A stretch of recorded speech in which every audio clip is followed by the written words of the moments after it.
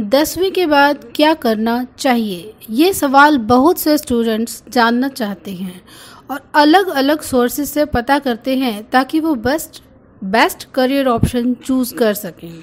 लेकिन गाइडेंस के अभाव में वे ये नहीं जान पाते कि उनके लिए क्या सही है, क्या फ़ायदेमंद है, कौन सी स्ट्रीम अच्छी रहेगी, कौन सा प्रोफेशनल कोर्स करना उचित है, कोई ट्रेडिशनल विकल्प भी ठीक है या कुछ और चीज़ें कंसीडर की जाएं।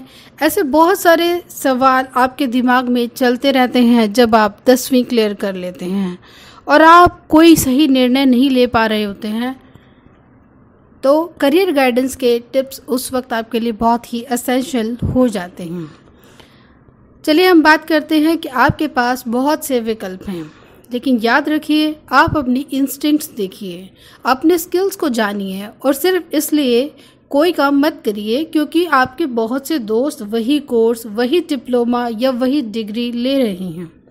अपनी पारिवारिक परिस्थितियां देखिए, फाइनेंशियल एस्पेक्ट भी देखिए, तब किसी काम में किसी करियर ऑप्शन की ओर कंसीडर करिए और प्रैक्टिकल डिसीजन लीजिए कि आपको कौन सा सब्जेक्ट 11th में लेना चाहिए। जैसे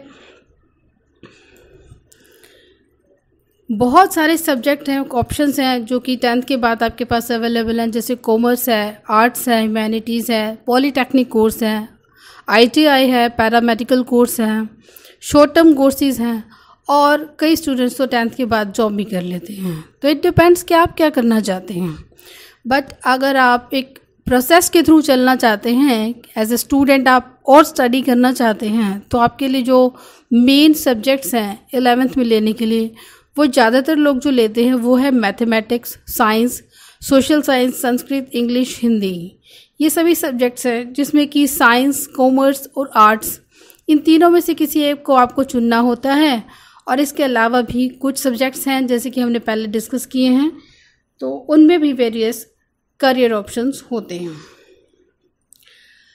इंटेलिजेंट स्टूडेंट्स साइंस को प्रेफर करते हैं, साइंस सबकी पहली चॉइस होती है और साइंस में बेहतर करियर विकल्प भी हैं ही, जिससे ये सभी स्टूडेंट्स को बेहद आकर्षित करती हैं। इसमें आते हैं मेडिकल इंजीनियरिंग कोर्सेज, IT और कंप्यूटर साइंस, ये सारे साइंस फैकल्टी में आने वाले कोर्सेज हैं। साइंस लेने का सबसे बड़ा फ़ायदा है कि स्टूडेंट साइंस के बाद भी आर्ट्स या कॉमर्स स्ट्रीम चूज़ कर सकते हैं। यानी कि अगर आपने साइंस ले ली और उसके बाद आपको लगता है कि आप साइंस में इतनी प्रोग्रेस नहीं कर पा रहे हैं, तो आप चेंज कर सकते हैं, बाद में कॉमर्स ले सकते हैं, आर्ट्स ले सकते हैं। लेकिन अगर आपने आर्ट्स या कॉमर्स पहले ले ली और फिर आप चाहें कि आप साइंस सब्जेक्ट ले लें, तो ये आपके लिए पॉसिबल नहीं रहेगा। तो साइंस को चूज़ करने से पहले जेन्युइनली अपने आप से एक क्वेश्चन पूछिए जो ज़्यादा उचित होगा कि क्या आप साइंस में इंटरेस्टेड हैं, आपको साइंस से रिलेटेड सब्जेक्ट्स पसंद हैं, आप उसमें अच्छी तरह से स्टडी कर सकते हैं, और तब आप उस तरीके का कोर्स ज्वाइन करें।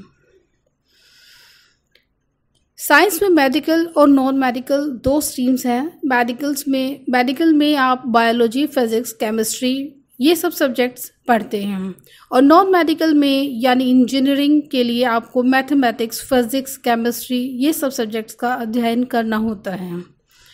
यानी कि इसमें जो लोग मेडिकल साइंस लेते हैं उनको पता है कि थ्योरी के साथ उनको प्रैक्टिकल भी करना होता है, जो कि आप लैब में करते हैं।